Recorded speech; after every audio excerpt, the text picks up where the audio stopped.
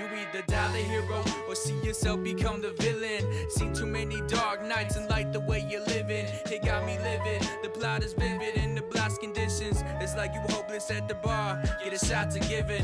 Neighbors not complicit, I can't blame them though. Remember as a youngin', I rep Detroit on my favorite coat. For around the hood, the kind that was only made for snow. Man's caught me slipping, he tripping over a radio. I was running track with the homies, I didn't know what to say because I thought he was joking. Behind his back he held a gauge, he decided to show me. In the midst of broad day, all out in the open. I was only 13, but it's relevant to today. Put a price on life, but negligent in their ways. Forget a slippery slope, it's a precipice that you face. And the president set the precedent, evident by your faith. For that cream, living in that fairy tale American dream. Kill it when you walking with a gangster lean. Even though you know they go, they all it seems. What you mean, what you doing for that cream? Living in that fairy tale American dream. Kill it when you walking with that gangster lean. We in between those kings and queens. In the city of schemes. In the city they scheme. I can still remember Kwame, only thing that he taught me. City government's busted, causing a kamikaze. Crime waves like tsunamis, they say they serving that white. Shopping breaks like karate. What's the prices for your vices? The sacrifices that you lie with every night. And soldier sold to that rock, you Jimi Hendrix when your life ends. If you ask me, man, I couldn't do it. Unity and community barely move as a unit. Unless you talking in decimals, everybody will tune in. I never moved to that music, you never see me approve it. So sorry if I'm not to that standard, I'm goody two shoes.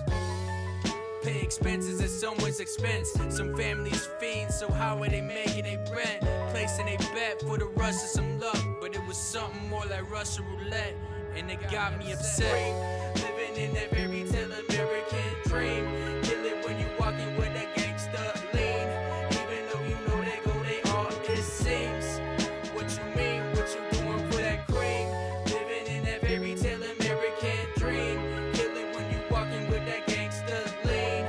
We in between those kings and queens in the city of schemes. In the city they scheme.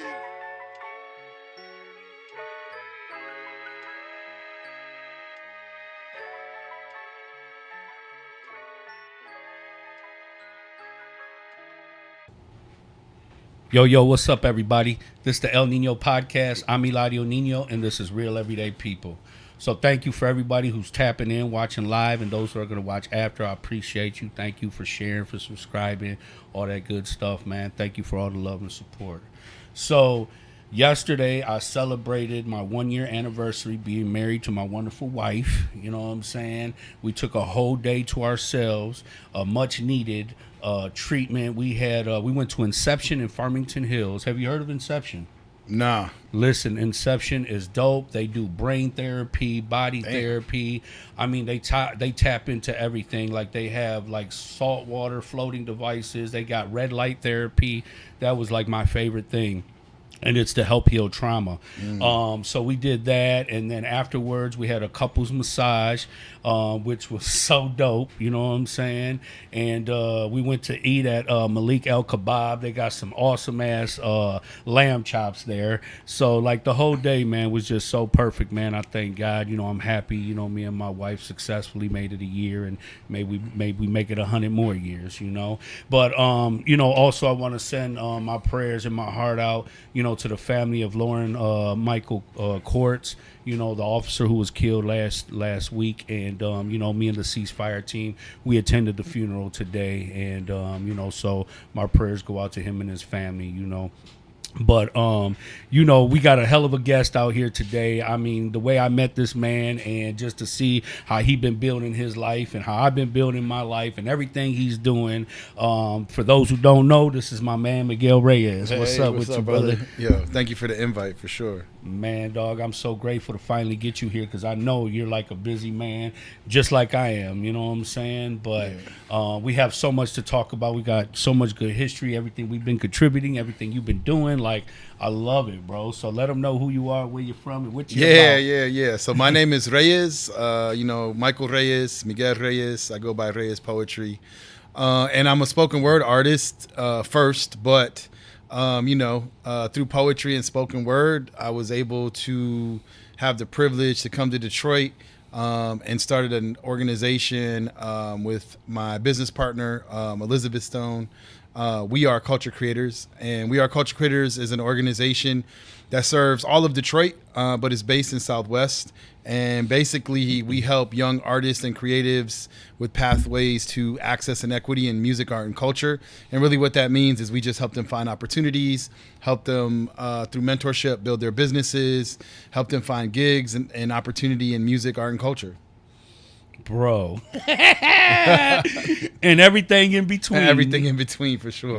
That is so dope, bro. So I ended up meeting Reyes while I was doing time at in Jackson. We were at Jackson Cooper Street. Shit, Jose Rivera was there, Mario Bueno was there, Rick Speck was there. All of us were sitting here doing time. Luce Ibarra, we was all there. We were doing Chance for Life program. We was already, in motion and getting our lives together. And we were all me and Jose were the head of the HOSTA. For those who don't know, HOSTA was an organization that was recognized by the administration and the state within prisons for the Latino community. And HOSTA stood for Hispanic Americans striving towards advancement. So in prison, you seek sponsorship from the outside. So if you can get other organizations and people to come on in, to teach you history or anything that's valid that contributes to the population.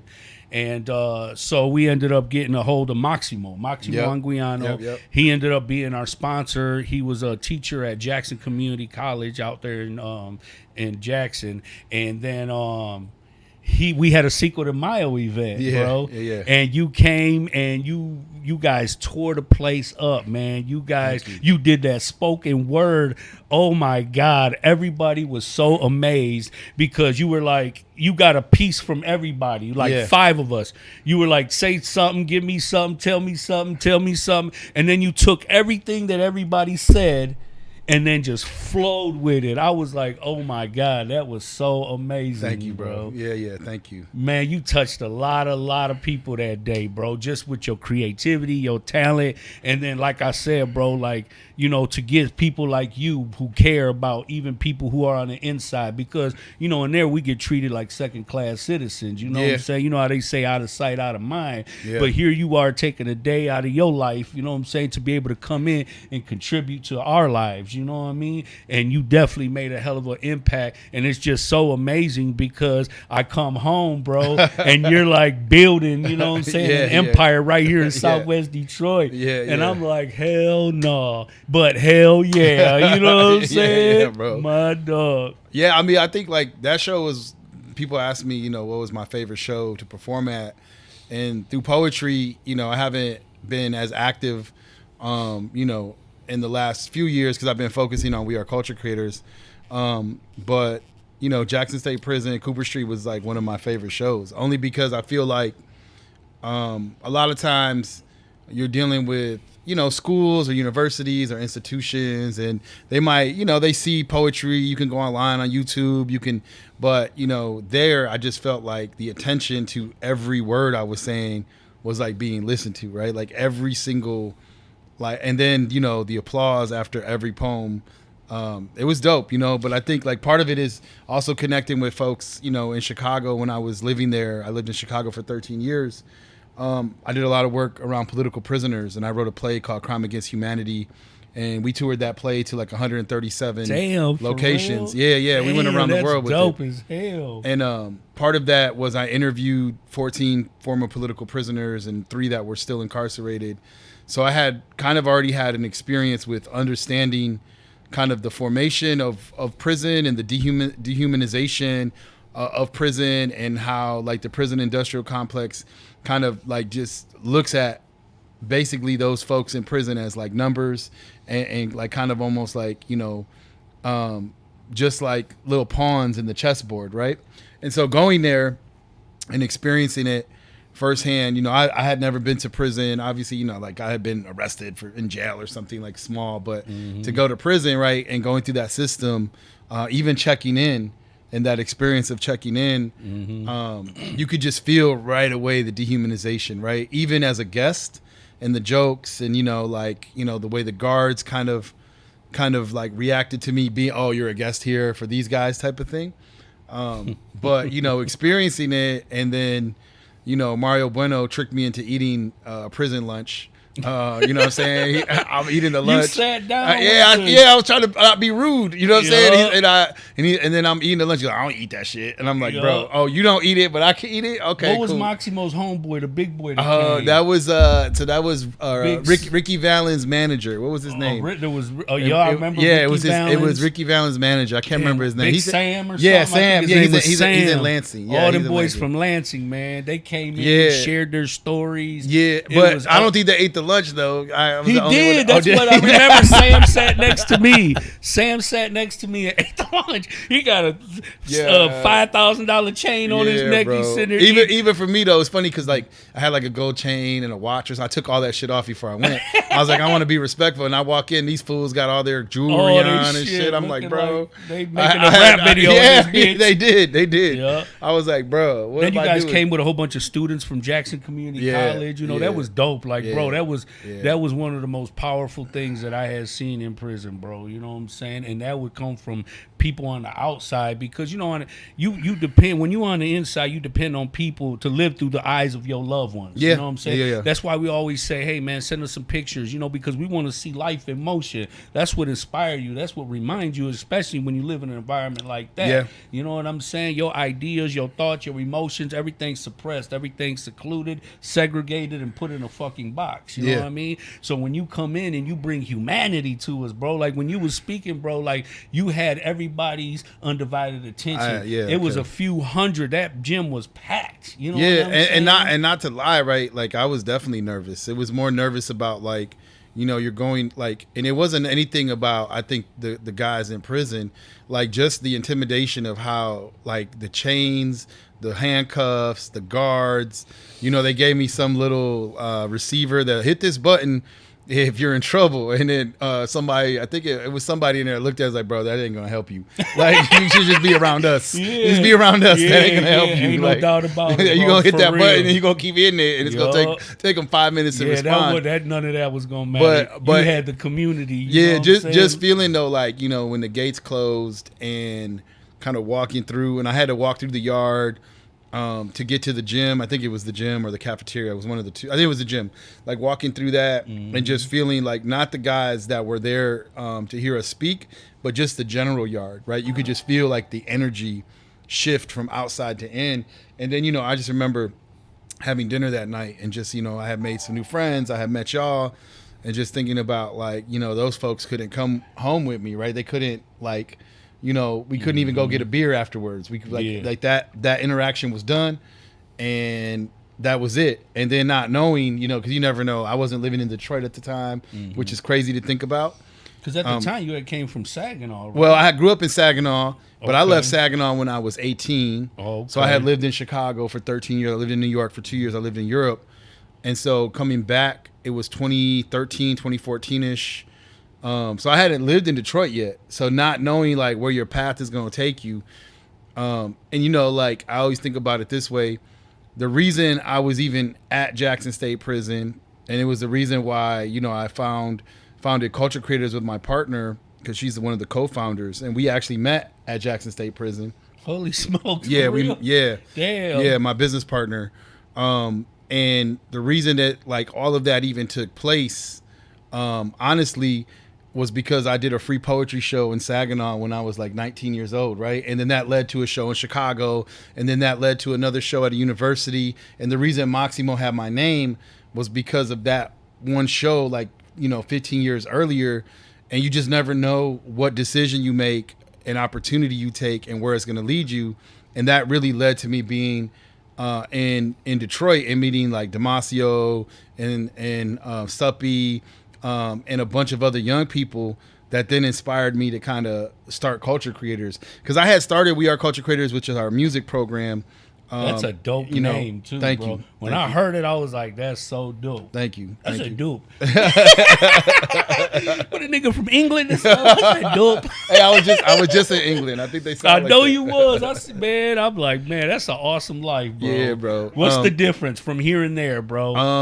What amazed you out there? And I mean, we were in Europe as part of our program. We did this exchange with Berlin, Germany, with this program that actually does intervention work. So it's called Gangways Berlin, and they work with what they call opportunity youth, right? Other people call them at-risk youth, young people that have been either incarcerated or touched by the system in Germany, and they work with a lot of immigrant youth. So you had all these Turkish kids, all of these immigrant kids that were basically the second gen, and there was no resources for them in Germany. So they were bringing all these folks from Turkey in to rebuild Germany after the war, and they had all these like remnant kind of like populations, but there was nobody serving them.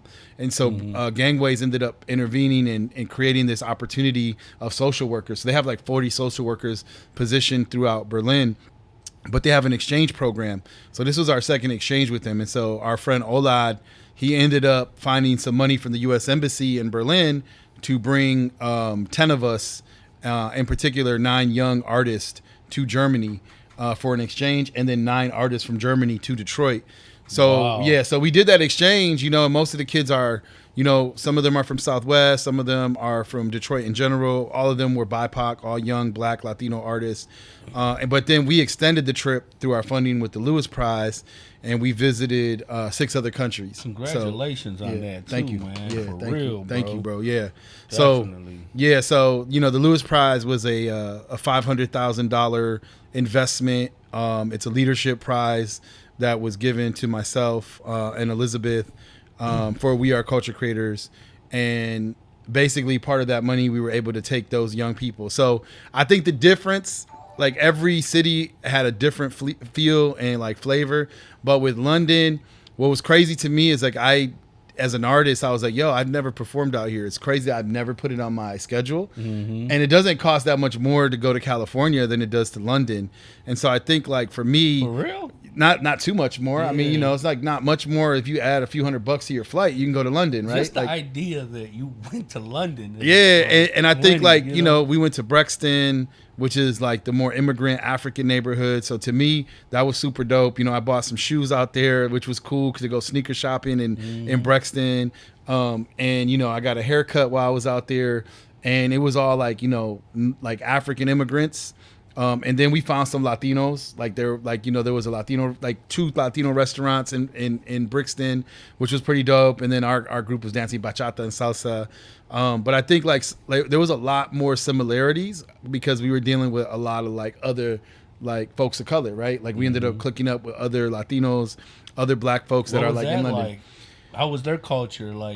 It's similar to being here. You know what I'm saying? Like definitely they take on a London flavor. They speak with that accent, like that British accent, but they're still immigrants and they still have that experience to be the other.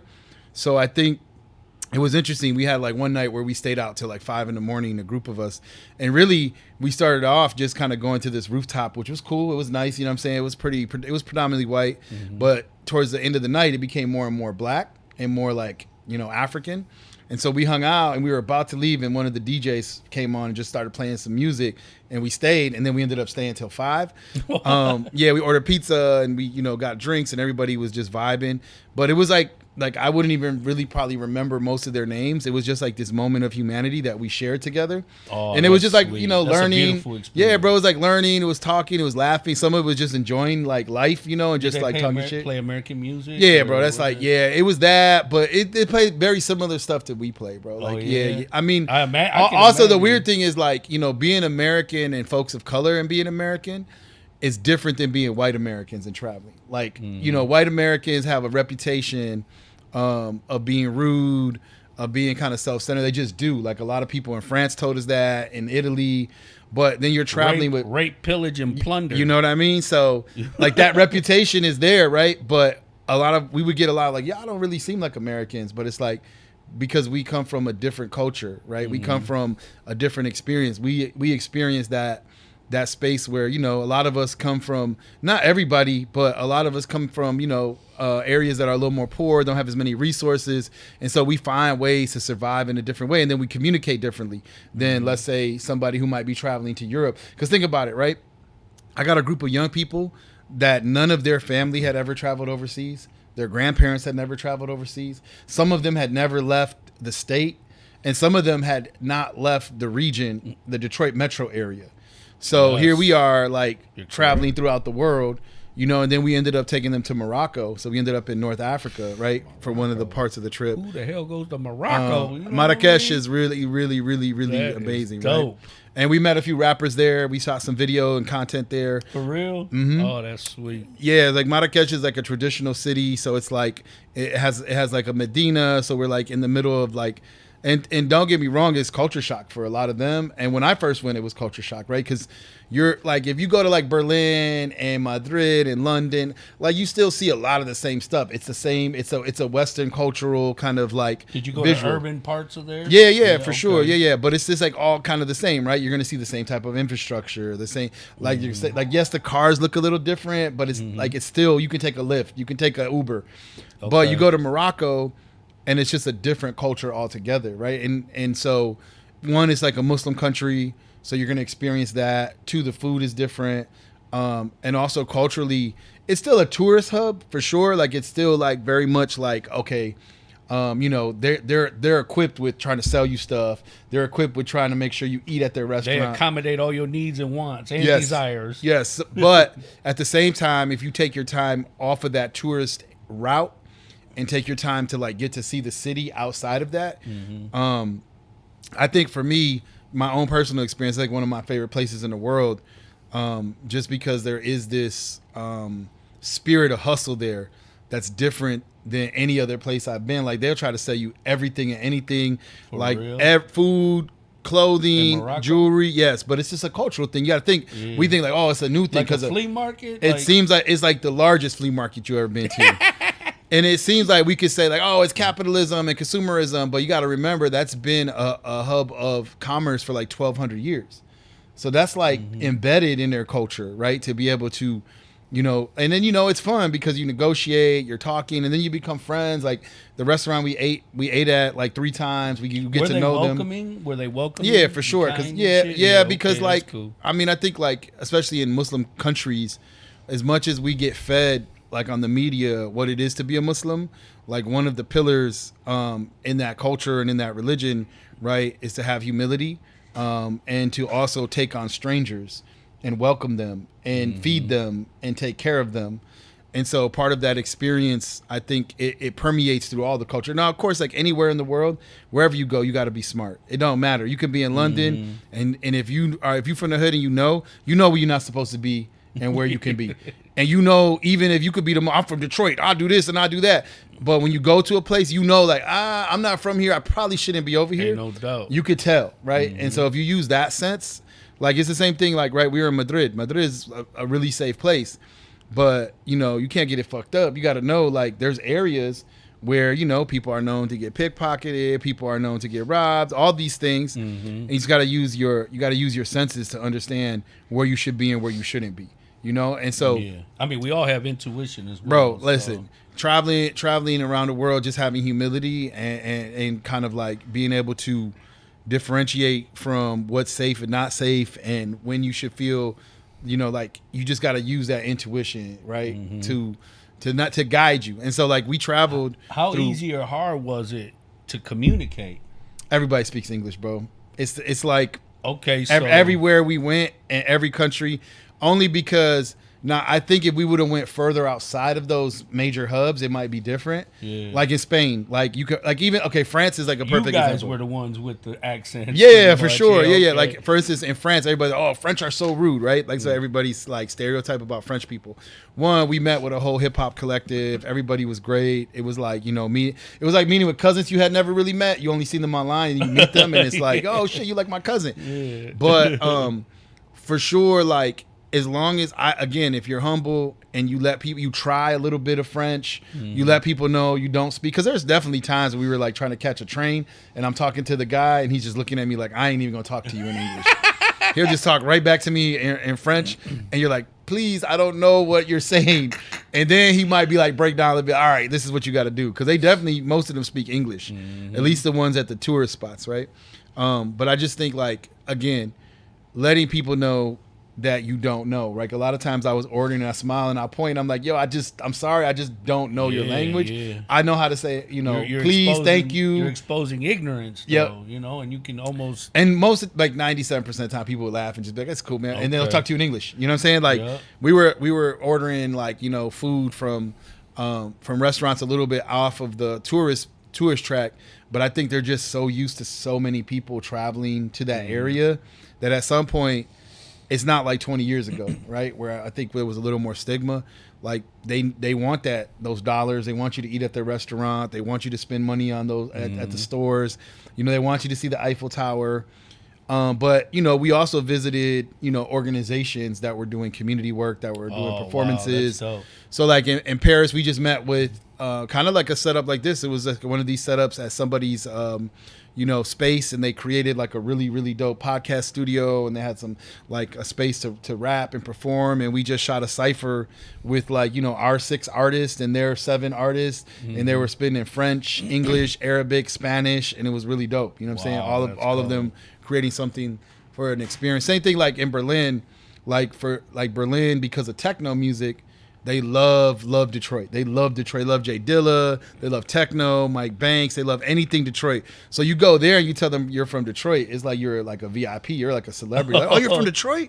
And then they'll break down music for you about Detroit, right? Yeah, and you like, they're educated. And you like, damn, I don't even know all of that. I don't even know that. Yeah. But they kind of have to, right? Because they have to be hungry because they don't experience it. Like here, every day we get to experience Detroit art, music, culture, day-to-day life, food. So I think for somebody that probably will never get a chance to come to Detroit to meet someone, that might be the only time they get to even experience something close to their favorite artist, right? Their favorite DJ, their favorite performer. So I think like, our whole experience for that is, that was the seventh trip that I've taken young people overseas. And these are all people from the hood, from Detroit. Yeah, all of them, yeah. And like how you talked about in the beginning, like people hadn't been out the city, people ain't been out the state, shit like that. Like it's a lot of people like that. Well, I was proud of them because there was also a lot of people, not a lot of people, there was a few in the group that were afraid, right? And not afraid in the sense because they were weak. They were just like not sure if they should go. They weren't sure. It was safe? Yeah. Well, I don't even know about safe. I think it was more they had never experienced it. So how would they know, if they would enjoy it? How would they know if it's okay for them to do it? Like, we have one young woman coming back now. Is moving to Chicago, and she was like, "Yo, the experience in Berlin gave me the confidence to be able to say, when I come back, I want to move to a different city to explore my creative energy as a performer." And that's what those trips are about, right? Like, I wouldn't want every person that travels to go to Chicago or to New York and leave, right, or LA. But I do think the confidence. Think about it now. So for a young person that performed at, in 7 countries, to ask them to perform now in Detroit or Chicago isn't that big of an issue because now they've already experienced, like, I traveled everywhere performing, no doubt. Like one of the young people, that was their first performance was in Berlin. Wow, for the first time. Their first performance ever live was in Berlin. Did you guys record it? Oh yeah, we have video. We have a documentary coming out. We have really like dope, man. Because I always told people, like, a lot of people from the hood, from urban cities. I was like, how can you expect anybody to dream big when everything around them is so small? You know what I'm saying? And being inside, I learned so much about people, different cultures, different upbringings, different religions, all that type of stuff. And it's like you come home and you get to see people just meshing together, the diversity. I was so proud just to see the diversity, bro, because I always said, like, that's one of the tools to breaking down racism in our country is interacting in diversity, you know what I mean? But it's like people don't know how to see big or plan for the future or think about the future because our mentality's always been live for today, tomorrow's never promised, only the strong survive, kill or be killed. That's our mentality, bro. And so to even imagine thinking about going to a whole different country and you taking, you know, these brothers and sisters from the neighborhood, you know what I'm saying, who probably never thought about going to London or anywhere and actually do it, like, that's beautiful, man. That's beautiful for the spirit. That's beautiful inspiration, motivation for people from the neighborhood. And you know, my generation, bro, like, we never thought about anything other than living and dying in the hood, you know? Yeah, I mean, I asked like one of the young guys, you know, like I try to take a chance to like work, like to speak with all of them at least once, because it was taxing. We were on the road 3 weeks. You know, you get tired of people. Like, just honestly, you get tired of each other. They get tired of me. I'm difficult to be around. You know, I demand a lot. I'm a headache. I'm loud. I'm annoying. But so are they, right? So you're together. You got to create and carve out space to like be, you know, to have your solace. But, you know, I try to talk to each of them, and I was like, yo, so like, why did you decide to come? Because you didn't have to, like, none of them had to go on the trip. They could have easily been like, no, I got something going on. You know, and one of them was just like, I wanted to show my family that there was other options, and that, you know, you can do something with this creative side of art and music. Because that's the other thing, you know, a lot of the young people I work with, especially in Southwest, you know, it's hard for their parents to, and I think some of it has to do with, you know, people projecting their own insecurities, their own inabilities onto their children. So it's hard for their parents, you know, when you see an adult tell their kid, like, yeah, you could do something with music, you could do something with photography, you could do something with art, you could do something with songwriting or videography or podcasts or anything. Like, for their parents, that's unimaginable. So they're like, oh, you're setting them up, you know, you're setting them up for failure. Why are you feeding them, you know, some of this, like, you know, this story that you can make it. But I think, you know, that's the first layer. And then eventually, as their children go to Europe or travel or get a gig or buy a house, because some of them have, with their talents and their music, I think you start breaking down some of those layers. And I think we just really, at Culture Creators, you know, we have the audacity to believe in people, right? And that sometimes is a hard thing, right? Like, how do you tell a young person, you know, I want to be a photographer, and they come to me and I'm like, well, you can be if you want to be. And it's not like a 1 in a million shot. You definitely, there's a lot of ways to be a photographer, right? Like, if you want to shoot for media and news, you can do that. If you want to shoot like weddings and quinceañeras, you can do that. If you want to shoot video and do music videos, you can do that. If you want to shoot podcasts, you can do that. But I think, like, we're so prone to, like, and it was the same thing growing up in Saginaw. You know, I fortunately, I had enough mentors around me that showed me different paths and opportunity. You know, one of my friends runs this magazine called Mi Gente Magazine since I was a teenager. Yep. And you know, seeing him grind through putting out his own magazine. We used to get that magazine in prison. Yeah, so like the editor, it was one of my mentors back in Saginaw, and seeing him do that, and then, you know, really moving to Chicago and seeing this elevated sense of some other mentors that I had, you know, and giving us the opportunity to create like a youth center. I ran a youth center in Chicago for like 13 years. Damn, but it was always about opportunity and creating. Like, how can you take what little you have and create something beautiful that's sustainable and can also help you and your family actually create some economic opportunity, right? Like, I don't disillusion young artists that everybody's going to be rich, but you can set goals. Like, if your goal is to buy your mom a house with music, then you set that down and you could do it. And it has to do with, yes, of course, like the Jay-Z level, Kanye level, those are really particular artist paths. But there's thousands of people that I know, and hundreds I know personally, that make music and art and make a living off of it every year, touring in colleges, teaching, doing smaller gigs, adding them up, bro. Grinding. There's somebody that runs the lights. There's somebody that runs the sound. There's somebody that runs the cameras. There's somebody that does a flyer. All of those things are part of the music economy. And so it's not just even the entertainment all economy. Of it. You know all of it. And it's not just being the star. So listen, bro. You when I came home after damn near 2 decades, what I remember about Southwest Detroit before I left everybody was in a gang. Everybody was selling drugs or, you know, using drugs or something. You know what I mean? So I come home 17 years later and there's so much talent.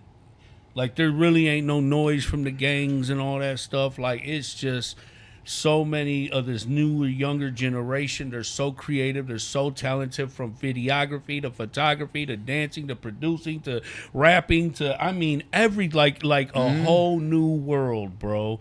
And I was like, man, I was like, even for myself to have this podcast, I'm like, how do we eat? How do we eat with so much talent, bro? How do we eat? I reach out to brothers. I've had so many brothers come on here and perform, and I wish I had the money to pay these guys because I feel like they deserve it. I feel like I deserve to make some money, you know what I'm saying? But it's like, how? Like I always heard like in the past about Atlanta, everybody supported each other, from the people who do hair to the people who rap and dance and sing and do all promotions and everything, from the clubs to the stores to all the business, like in its entirety, everybody supported each other, and that's how Atlanta was built up. And I'm like, why can't we do that here? Because I feel like, if it's one thing, if it's your mission to just do this because it's a hobby or because you're good at it, but I mean, ultimately, when you invest so much time, energy, money, into these things, like you eventually want, you want to see, some type of, profits. And, I mean, I think one of the things that we've established, like I do think, at least in our circle, there's a lot of unity. For sure, there's like beefs here and there that people don't get along, and people's organizations don't get along. But I think one thing, I hate that, bro. Yeah, I mean, I hate that, man. I think part of it is, like for us, we focused on the unity piece. Like who are the people that we can work with, and how do we elevate? And so I think Culture Creators came in Detroit at a certain time when the timing was right, in a sense. Had we tried to create Culture Creators 10 years earlier, it probably wouldn't have been successful. 5 years earlier, it wouldn't have been successful, right? So I think like part of our success has been unifying with other art groups, right? Other creative groups. And that's not just Southwest. Like that's other black groups that aren't focused in Southwest. I think part of it is, how can we provide opportunity for other young creatives, right? And a lot of it is financially driven, in the sense, can we connect them with an opportunity? Can we want to be a cheat code, in a sense? Like, can we help you cut the line? Like where I took as a poet and an artist and a touring artist, it took me, 15, 16, 17 years to get the formula right. Hopefully I can show a young person in a year how to do that, right? And then they can take that and hopefully take it further than I can, right? Even though I think of somebody like Damasio, who's a really dope artist, visual artist, rapper, producer. Like he's way more talented than me in the sense of like art. He's going to take that way further than I can, but I hope that what I did, what I was able to show him, how I was able to mentor him, I was able to give him some other opportunities that I probably wouldn't have gotten at his age, that he'll be able to take it further. And now, if you look at him, he's starting his own nonprofit. You know what I'm saying? He has his own LLC. He's constantly working. So I think, Let me ask you this: where do you think my podcast can go? How far do you think it could go? What other opportunities are there for a podcaster like me? Yeah, I mean, I think like if you look, you have to look at like the trends of how we consume media, right? So, for instance, I watch a lot of guys that come home from prison. I watch a lot of guys' podcasts. I do. That's like it's in my YouTube. Like I just watch it. And then also, you have other ways to, like Apple and Spotify and all these other ways to consume like podcasts. But to me, it seems like you need like hundreds of thousands of people, millions of people to make a buck. You know what I'm saying? I mean, I think on the streaming side, but I think there's other opportunities, there's sponsorship opportunities. I think that there's ways to like create opportunity. Like, okay, I'll give you a concrete example. We Are Culture Creators only has like 5,000 followers on Instagram, which is nothing in the scene of social media. That's nothing. But what we do have is 5,000 real people that will come to an event, that will send a donation, that will support, that will help when we do our annual fundraiser, that will, donate time and energy. And so I think, for somebody that has a podcast, I would take those people around me first and build. Like, you got to remember, like, We Are Culture Creators now is 7 years old. we started. I mean, you've seen even earlier, like we started with like 20 young people in the backyard, just looking at each other in the backyard doing a show with somebody's borrowed speakers. You know what I'm saying? Yeah, no doubt. So now we have our own sound system, our own lighting, our own, like, so I think part of it was, one, we were, and I would say even for the podcast, is you just got to be relentless. You got to be obsessed. Like I have a hard time sometimes talking to like some artists and creators because, there is a balance. People are like, you got to have balance. And I do believe there is a balance. But honestly, if you want to be successful in music, art, and culture, like just truthfully, there is no real balance. You have to be obsessed with what you do, right? And part of that obsession is like for me, I love what I do, but I'm gonna be real with you, bro. I wake up thinking about how I improve what I do. Absolutely, When I go after this podcast, I'm gonna be working on something at the house that's gonna help grow We Are Culture Creators and the things I'm trying to do. Before I got here, I was working on something to move We Are Culture Creators and the stuff I want to do. So yes, for sure, like self-care and mental health, those are always important. But how do you edge out? I'm just starting to learn that because, I tell people all the time, I was never raised or taught how to take care of myself. I was taught to help people. I was always taught to take care of people, but never taught to take care of myself. So I'm just learning how to do that, and it feel good. I mean, it's hard to say no, right? Like part of the process for me as like working with young people, I want to help all of them, right? If somebody asks me, hey, can you help me with this thing? I don't want to say no, but there's a reality where you at a certain point have to understand when you can say no to things and when you say yes to things. And dealing in this space, especially when you're doing community work, because at the end of the day, yes, we help with economic opportunity for young artists, but to be real with you, our space is about love. It's about consistency. It's about self-esteem. It's about building young men and women's character to be able to get to be able to be good human beings. It's not like the money and the opportunity. That's just a byproduct. That's something that we can do. But what we hope when you go through our work and you work with us is that you become a more full human. And that could be, that is beautiful. And for me, it's not about keeping young people for 5, 6, 7 years. It's like, yo, you might only come around us for like 5 months.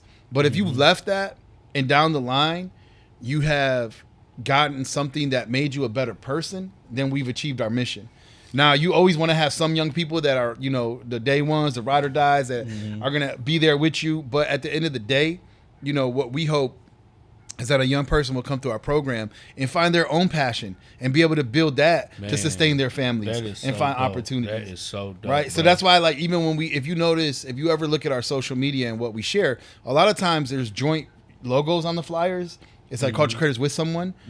And the reason it's with someone is because we made a conscious decision early on. We want those young folks. I'll give you, EJ, Southwest my EJ, man, right? DJ EJ. That's my dog. So he has this company, Fiesta Vibes. Whenever we do Latino stuff, you'll notice that his logo is on our stuff and our logo is on his. But the point of that was, and I appreciate the invitation because I get one every year. Yeah. So like for us, it's important that he can lead, like whatever, you never know where life goes. He might be like, yo, I want to do something else with this company. It's his. That's his LLC. He owns that. He can grow that and do whatever he wants. But in the moment, we're working together to build things together. So we work Cinco de Mayo together. We work other opportunities. We have a Drake versus Bad Bunny show coming up in Chicago this Saturday. You know what I'm saying? So like, it's the first time that we're producing together. Well, this would actually be our second time producing together in Chicago. And so me growing up, we came up with that whole crab in a bucket theory. That's how, a lot of us in our community was. Everybody tearing each other down. And, in the work that I do with Ceasefire and with the DHDC, we go out there, we do a lot of violence prevention and shit like that. But ultimately, I feel like it is what you're doing, the work that you're doing and the work that we're doing is teaching morality. It's not, you're right, it's not about the money and everything. It's about creating better humans, and like that's the way you stop the violence, is by teaching people new ways. I mean, you know about this, right? Also, if these young folks that you're mentoring through Ceasefire and some of these people you come into contact with, if they have more opportunity, right, would they be in the situations that they're in? Right? If we think about, if you could time travel and you talk to some of the guys when you were younger, hey, bro, you can do 20 years working and making this much money with this opportunity, or you can do 20 years in prison, what are most of them going to decide? Now, you still got some wild motherfuckers that don't care, right? But we're not talking about the 1 out of 100 people. The other 99 people will probably pick, yo, I want that opportunity where I can provide for my family, where I could, like, you know, buy my mom a house, where I can Absolutely, get right? yeah. And so I just always think, too, is like, if we don't have opportunities for these young brothers and sisters, we can't talk about we can't talk to them about ending the violence and stopping the violence. If we can't stop police violence in our neighborhood and address that, it becomes hard for us to talk to them about like, yo, y'all should stop doing this and this. It's like, bro, they just need opportunity. And so I think with the work we do at Culture Creators, and there's a lot of groups that do great work, because if I'm bigging up We Are Culture Creators, that doesn't mean that I don't see value in the other 100 groups in Southwest that are doing really dope work. That's important. We just do different things. Like, you know, like MCSDA, right? Like Motor City Street Dance Academy with Matt. Yeah, right? We do dope. different work and similar work. But, bro, we've always had a unified front with them. We've always supported. They've always supported. Sometimes we're competing for the same grant money, but it's irrelevant. Because if they get the opportunity, they feed it back and we feed it back. And at the end of the day, sometimes we even have the same young people going back and forth, trying to experiment what I like. Do I like breaking? Do I want to rap? Do I want to perform? Do I want to dance? Do I want to make beats? But it doesn't matter, bro. All that matters is those kids are being serviced. It does not matter. Like, to me, Culture Creators is going to be what it's going to be. We're going to do what we do. There's a lot of organizations who are getting money and they ain't doing what the fuck they supposed to be doing with that money. They ain't distributing that shit to their people like they're supposed to. And that's one of the things, bro, that I've learned in the 3 years that I've been doing, you know, community work and outreach work, bro, is I don't like the fact that we all supposed to be in the business of helping and uplifting, inspiring and motivating our communities and you know, becoming an asset to society in general.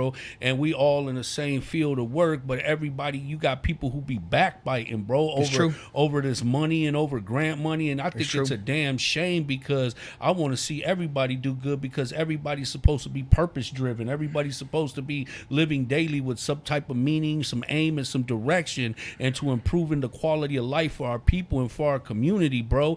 But you know, like they you know, I've seen it, like people stepping on other organizations just for the sake of money and profit. You ain't no different from a motherfucker on the street then, you know what I'm saying? Or a corporation, right? Like a large corporation that doesn't care about people, that just would, the profit will be the end that they want to see, and they'll do anything to get it. I mean, I think because we got a lot of talented people, but sometimes they just lack the finances to take them to another level. You know I'll tell you this, bro. Like, look, Culture Creators, I don't know what people might think of Culture Creators. As far as on the financial side, bro, we existed for like 5 years without any grants, like zero. Like we were paying for that out of our pocket. We got 2 grants. And that's we got two grants, and we started because we were asked to apply for a grant, and then there was a gap of 5 years up until the Lewis Prize. We hadn't got any grant money because it didn't matter. My mentor in Chicago always said, if you service the need, money will come. Right? If you're doing the right work and you're servicing a need that is needed, like all that other shit don't matter. If you start chasing money and adjusting your program because you're chasing money, you're going to fail. There's a lot of programs that start up, and as soon as the grant runs out, that program's done. Ain't nobody going to do it. I'll tell you this, for the last 7 years, with money or without money, our doors have been open to service young folks. Our doors have been open when people needed a place to stay. Our doors were open when they needed a studio, when they needed a backyard space, and we didn't have a lot. It was stuff that we, you know, struggled for as a group, and as a collective, but it was more than maybe some of the other young folks that were coming really from nothing. You know, like where we know that story where people like, cause like, you know, at the end of the day, I got a house where I can open up the backyard. It's comfortable. It's nice. It's got a stage. It got a good sound system. We got all this cool stuff. But then we dealing with people that we know really are coming from nothing. You know what I'm saying? That's family generationally, you know, grew up in Southwest but don't own their home and they're renting. You know what I'm saying? 3 generations, 4 generations deep. That migrated here and don't even have a brand new car or none of it. A working car or none of it. You know, a job or retirement or get taxes. And even that is crazy, like a retirement plan. And even just basic human rights stuff, right? Where you can think about somebody who ages out of work and then they still got to work. And you see, you know, Abuela over there still working because there's no other option. You know, so I think it's within like is relative, you know, and I feel privileged that we are able to have a safe space that young folks can create and build and throw events safely and feel welcomed and feel like they're needed and necessary. But I do think, you know, for sure, like, You guys put on dope ass events, bro. Thank you. You guys Yeah, had the thank you. bull ride thing. Yeah, we did have a that bull was ride. so dope. Yeah. I went on there, fell off that thing, but it was fun. I had never experienced that before. Yeah, bro. But man, you guys are so dope, man, and what you guys do Thank over you. there and what you guys do for the community, man, is awesome, bro. And I wish you guys the best in everything you do. And if there's ever anything I can do to help or contribute, bro, I want to be able to be a part of that. Just For sure. because, you know, I love what you guys are doing. I'm on the same path, bro. Yeah, You know what I yeah, mean? yeah. No, we appreciate the opportunity to talk about our work. Like, you know, we don't have a lot of platforms where we get to like speak about what we do, and then also it helps us because, like, it helps me because I'm like talking about some of the stuff we do. I'm like, oh yeah, we do that. Like that is like that we are creating that space. But I you know? love them stories when you come from nothing. You know, you Mm-hmm. built everything you got. You know what I'm saying?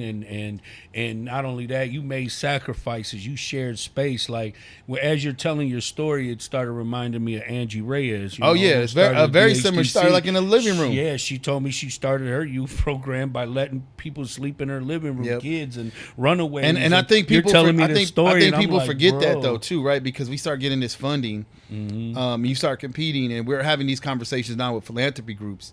Is like a philanthropic group that works from an office can't understand the difficulty that you face day to day as a community organizing group, still in the hood, or still dealing with kids that are coming from that environment. Like we had someone throw a chair through our window, right? A young person that was like, you know, they were upset with each other and they were fighting, and the chair went through the window, right? If I were to tell a funder that happened the day before, they'd be like, what's going on over there? But, you know, like in our community, like we're not taught conflict resolution, right? We're not taught to speak with our words, right? We're reacting and we're reactive, right? And then you also add in mental health and substance abuse, Trauma. and all those things start to mix. And so, you know, that young person later on came and apologized and offered to pay for the window and was like, yo, I'm sorry. You know, he didn't mean to do it. You know, he was in a conflict with a relative and it happened.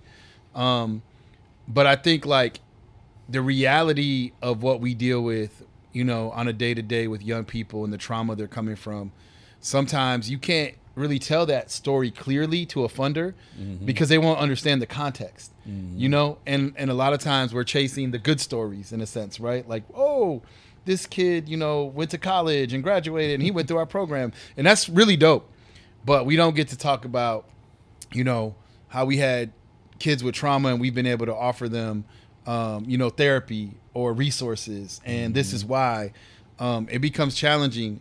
And, you know, I think philanthropy is working on that. We're trying to have dialogue and conversations about what does it mean to fund. Like our organization isn't a hugely funded organization. Like we're still very grassroots in a way. And so we maneuver different. Like when we were competing with people for that 500,000, like they're coming from organizations where they're like, yeah, we shut down during COVID, you know, our executive director, like we have no option to shut down. Like we shut down, our kids don't have no place to go. Because the work is real. Yeah, it's We're like not we can't playing just shut games. down. Like, Yeah, and it's no dig this is against a lifetime any commitment. of those organizations because they're in a different space, right? Like if I was hired by culture creators to be the director, it might be a different conversation. I'm one of the founders, and so it's like my life's work. It's Is what we I'm are saying. culture It's not a creators. job. It's different. It's not a job you're given. I mean, I still live in the culture house, right? I'm transitioning out this year. Yeah.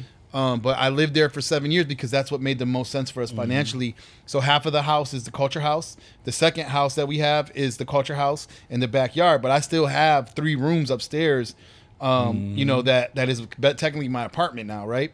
But it took us doing that in an unconventional way for us to be able to have the opportunity, because had we done everything by the book, right, we wouldn't have this we wouldn't be having this conversation. It's the same thing about our festivals. Like we just had a festival called Backwoods and Bonfires.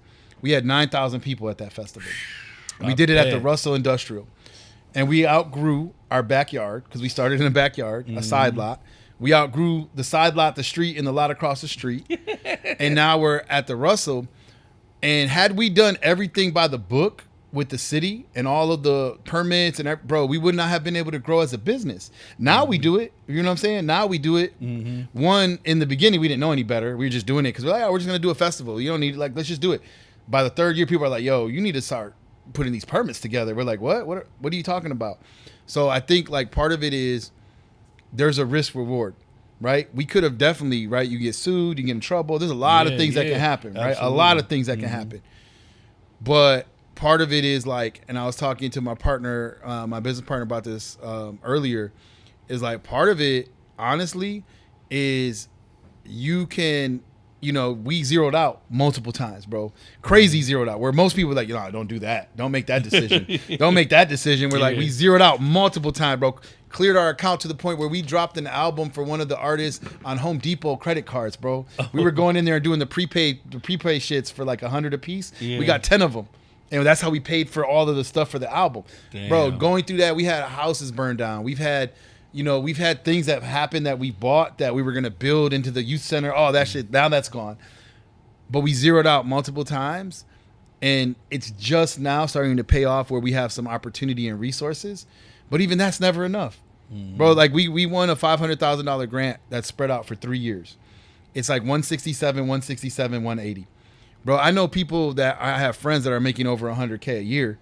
We're supposed to run a program off of $160,000, right? That does it. It seems like a lot, but once you start paying for like every little thing, connecting, buying new equipment, bro, you're paying insurance. You're hiring 2 youth organizers who you're paying. That shit drops, bro. It goes. So we're constantly in a battle for resources. But what we do have is we have committed people, inspired people. You have, you know, leadership that's committed to the work that we're doing. That, like you said, it's not a job, bro. It's not a job for us. Like it's that's what I'm saying. And not to exaggerate. Yeah, it's a lifestyle. It's not to exaggerate to be like, oh, we're 24. Of course, but we take breaks, we have fun, we go out, I go to bars, we enjoy our lives.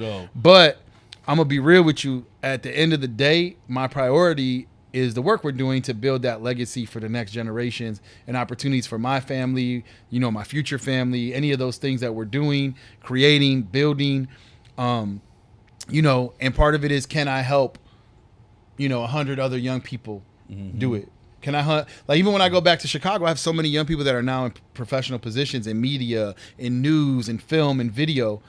And I know we had an impact, you know, they tell me, but part of it is when you're doing it because it was the right thing. And now you're like, oh man, like I have young people that work for like major news stations now, you know, producing news. And they started off in a little hot, sweaty room with no air conditioning, with one computer, and we had to get stuff donated, you know. And so to me, I think we're on the right path with culture creators. And we're always looking to improve and make it better. And we listen to young people. You have to. Like, that's who informs what we do. If a young person tells, like, that shit is not going, then we're not going to do it because it don't make sense to. Because we service younger artists. And it's not like we service kids. We service young adults. That's our main thing, is 18 to 24-year-olds. That's what we like to do because there's a difference. Because no one's serving them one. There's a lot of programs you age out. We want to catch those young people that are in that weird age of college, you know, growing up, looking for jobs. Looking to move out. They're making big life decisions and we want to be there to be like, yo, we can help you. Yep. Now we do have a high school program starting in the fall with Western International, and who's going to teach it are those young adults that we've mentored for the last 6 years. 2 of them will be coordinating that program. Our associate director is a young woman from the neighborhood that grew up there her whole life, immigrant family, blah, blah, blah, blah. Same story. But she's the associate director, you know what I'm saying? English, Spanish, can speak both, fluent, you know what I'm saying? Like the whole immigrant story. You know, she's our associate director, you know what I'm saying? So like we pull from the pool of people around us, you know? Yeah. So, you know, when I first came home, I've had my job for 3 years now. I got it 90 days after I got home. And, you know, I was a youth mentor. I am a youth mentor.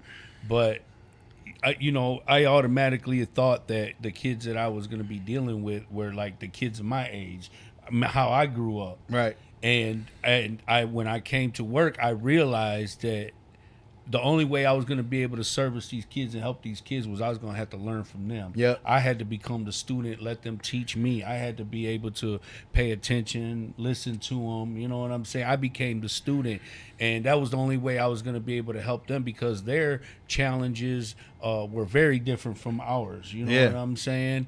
And you know, and so that was just the only way I was going to be able to be successful was to be able to transition my mind. I mean, when you went in, social media beef didn't exist like that. You know what I'm saying? No, not at all. Like, not see, like you no, know, not that, at all, and that's a bro. real thing. You know what I mean? Like Not it's like at all, bro. There was no MySpace, Facebook, none of that shit, bro. You, know you what come I mean? on and it's like, yo, most of their life is on the phone now. Yeah, You know? you got touch screen phones and shit. Yeah. I never, you know what I'm saying? Yeah, for sure. But, you know, I've since then, though, even it's crazy, even during the pandemic, though, I thrived so much, you know what I mean? Because it was crazy to see the world frantic like that and panic and, like, you know, it was just like everybody just didn't know what to do. Man, bro, listen, And when you for get it from the me, mud, yeah. you like, But I was like, man, this is sweet, you know what I'm saying? And I swear, since I've been home, bro, I've been marching to the beat of my own drum, bro, and I ain't broke my stride for shit, bro. And Hey, like one example for that craziness is like everybody's like, "There's no toilet paper." There's like, I went into the dollar store like where I live, and there was toilet paper everywhere. There was like stacks of like toilet paper and paper towels. I'm like, I don't know where people were panicky, but everything was still in stock where we was at. So, you know, like it was like some of those suburbs, bro. They was going crazy out there. It was like Lord of the Flies out there. People like killing each other over toilet paper, But no, I think like that speaks a testament of like, you know, I think your experience, like when you come from nothing and, you know, certain things get taken back, you just like, man, like we used to this. Like it's the same old even thing. with all the people who died from COVID, like death is normal. You know what I'm saying? You're almost desensitized to it. You're desensitized to it, bro. You know what I'm saying? And I had to learn a lot because my wife was always telling me, like, man, you're just always so cold and so dismissive emotionally. And I've never really been like that, but I didn't realize that prison kind of made me like that because I told you a lot of our emotions and everything are suppressed. It's just I've been through so much in life, bro. I'm just used to it. It becomes normal to see people die and, you know, just see tragedy and you know, always getting bad news and, you know, betrayal and just all like I'm used to it, bro. You know what I mean? Right. And but even like I don't even remember the last time I've like cried at a funeral or over people, and it's like crazy, you know what I'm saying? But I'm still trying to get back in tune with that. It's gonna take time though, right? Because it took you some time to cut it off. You probably were already at a process before you went in that you were cutting some of it off. You remember how you're talking about saying no? Imagine going to prison with that mentality of not knowing how to say no, bro. You know what I'm saying? Yep. I went in there, bro, and I just felt so bad for everybody because them boys in there was hungry. They was struggling. A lot of guys ain't got support and family. So everything I had, I was breaking bread with everybody. You know what I'm saying? That I could. You know, I would even make sacrifices and go without just to help somebody else. But then I just started realizing, you know, because after a few years, my money started slowing down. You know what I'm saying? And so I'm like, shit, I ain't even got it like that no more. And then I'm realizing these guys got their hand out and don't even have the decency to say thank you or none of that no more. You ain't even appreciating this now shit. It's You like coming to it's me expected. like I owe you It's something. expected. Yeah, so I said, you know what, bro? I ain't no hoe, I ain't no bitch, I ain't soft or none of that. I'm just a good dude. But if you're gonna take full advantage of that, then I'm gonna have to transition and so I had to learn how to start saying no. You know, I had rejected my own heart for a long time because I'm like, why is it I'm such a good person and I love helping and doing for people, but I'm always getting fucked over? You know what I'm saying? And I hated that feeling. I should never feel bad about doing something good. You know what I'm saying? But I realized where I was at. You know what I'm saying? I was in a concrete jungle with people who were desperate. They were manipulators. They were liars. They were thieves. They were everything. You know what I mean? And so I had to learn how to start saying no so I could survive. You know what I mean? Yeah.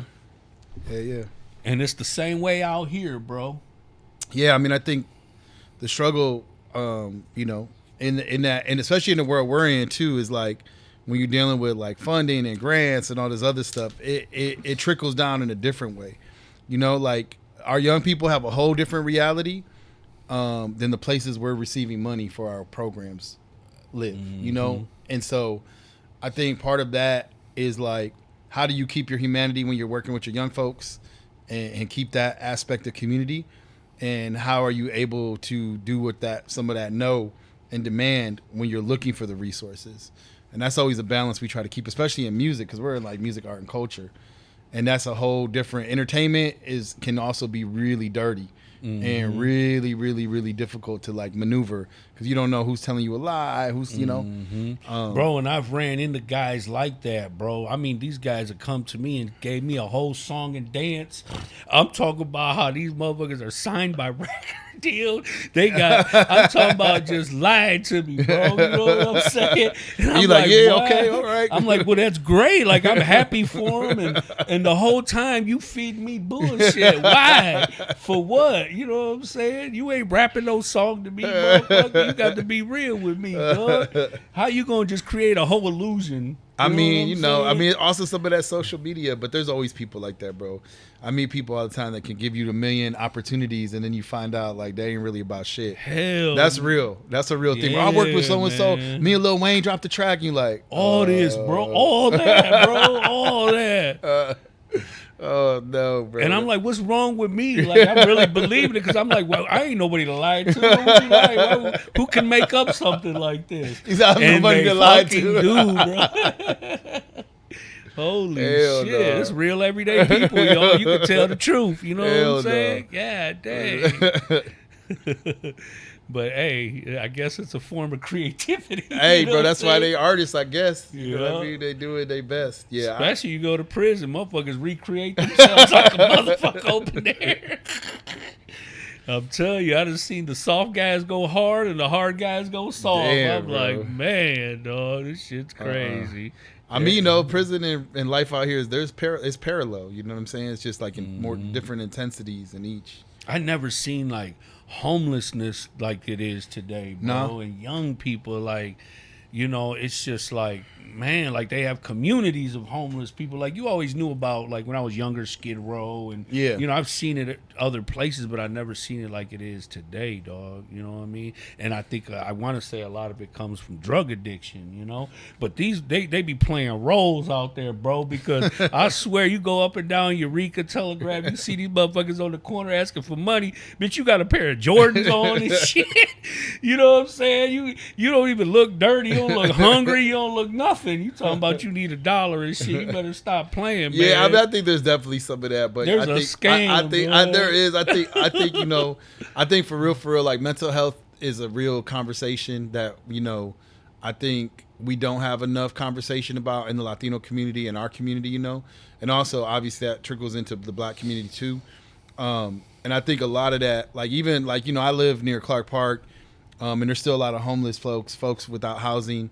And I think like part of it is addiction, but that addiction I think comes from, you know, not having mental health resources, bro. Like I think, and I of course, bro, there's always people scamming and hustling you, and people like trying to get extra money out of you. Yeah, but no I think doubt. like I see a lot of that is, and I think this new generation is hyper aware, especially younger people. I'm saying like under 25 about mental health, and that they can, you know, ask for it, seek it out, but the resources still haven't caught up. You know, like I think in our country, we have very little resources. Like, what does a young person do that can't go home if they're like 13, 14, 15 years old? Like, where would they go?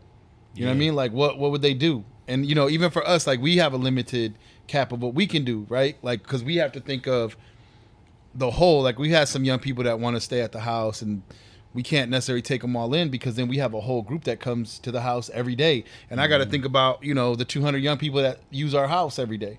You know, I mean, every week, you know, throughout the week, and their well-being. And so I think there's a lot of conversation about that piece in our community. Sounds like you need to expand your services. Yeah, I don't know? even know if I could take that up, man. It seems like a lot of work. Reyes, man, let the people know Yeah, where for sure. they can find you at, how they can find you, what they got to look up to, Yeah. how they can come to you and get with you. Yeah, you could just go to weareculturecreators.com. That's our website. Also at We Are Culture Creators on all social media platforms. And then if you want to see my work, I do have a new project out with John Legend. It's at Reyes Poetry, so at Reyes Poetry or ReyesPoetry.com. And you can check out all of our work on those sites, and you can see like some of the flyers for the events, and we do like 100 events in the city. So hopefully we can see some of the people out there, you know, that are watching or watch in the future. You're going at to see some the of El our Nino events. podcast going to be there. That's for sure. Yeah. So thank you for the opportunity, though, man. It was Man, great much chopping it love, up. bro. Yeah, I really always. appreciate you For sure, coming bro. through, man, Yeah. sharing your story, your life. I wish you well. I wish you the best. Thank you. And shit, man, much love to you guys. Everybody be safe.